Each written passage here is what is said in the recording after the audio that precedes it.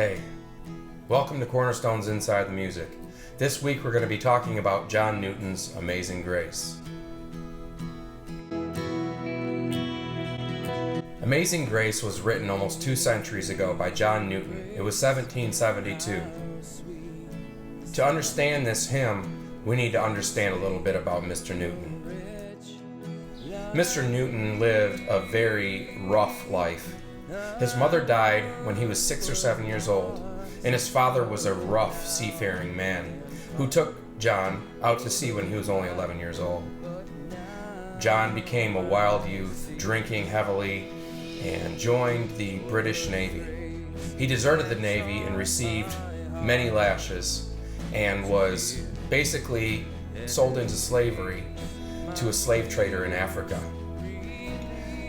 At some point in John's life, he began to work as a captain of a ship that was actually transporting the slaves.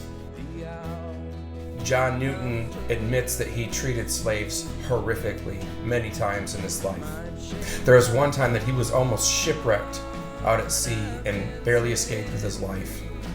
After this, John had a miraculous conversion in his life and gave it up completely to Jesus Christ. He even joined forces with William Wilberforce to abolish slavery and free the slaves.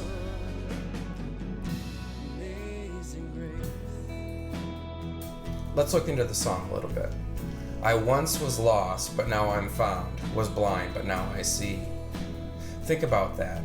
From a rebellious youth from a deserter, from a slave trader, to an abolitionist, freeing slaves, releasing slaves, cutting loose their bonds. I was blind, but now I see.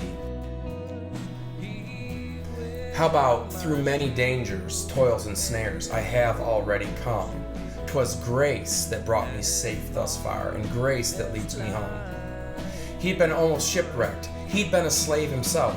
He'd been at sea as an 11-year-old boy with a nasty father. Grace kept him. He knew grace kept him alive so that he could enjoy and participate in his God-given purpose of emancipating slaves and writing beautiful hymns for the church to enjoy for centuries. And I love how he looks forward to the future with hope. When we've been there 10,000 years, bright shining as the sun, because we'll be like perfect, sinless, we've no less years to sing God's praise than when we first begun. Eternity's going to go on and on and on.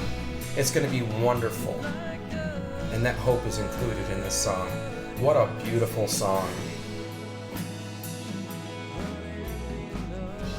I hope that you can join us this week in person at Cornerstone Church in Clyde, Michigan.